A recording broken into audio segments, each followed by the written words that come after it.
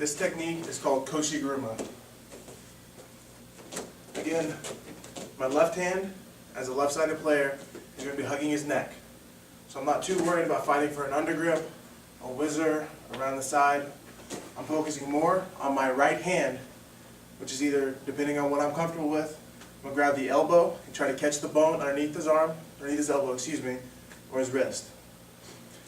The feet are the exact same with gi, without gi, with the Ugoshi. My first move is going to be to step in and pull him up. Make sure he's on his toes. If I'm pulling in here and he stays on his feet, stays on his heels, it's going to be much more difficult for me to lift him. He's going to have more weight down. So I'm pulling up, lift him up on his toes.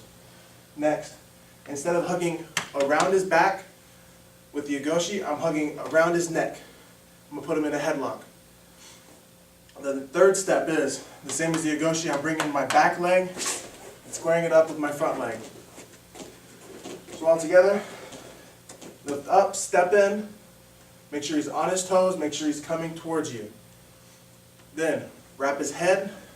As soon as you wrap his head, step your back leg forward square, drop your hips, lift him, and then turn. The opposite side.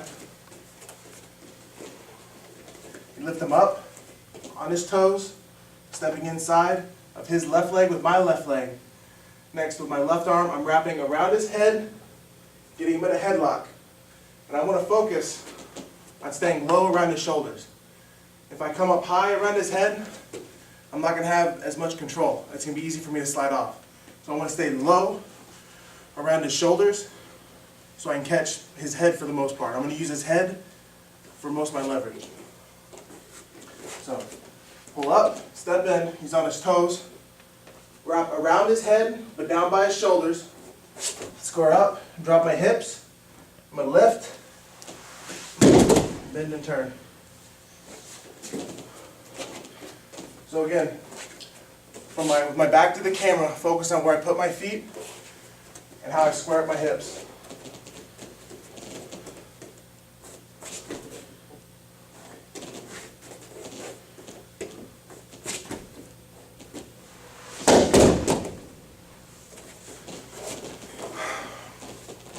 So a little bit of movement.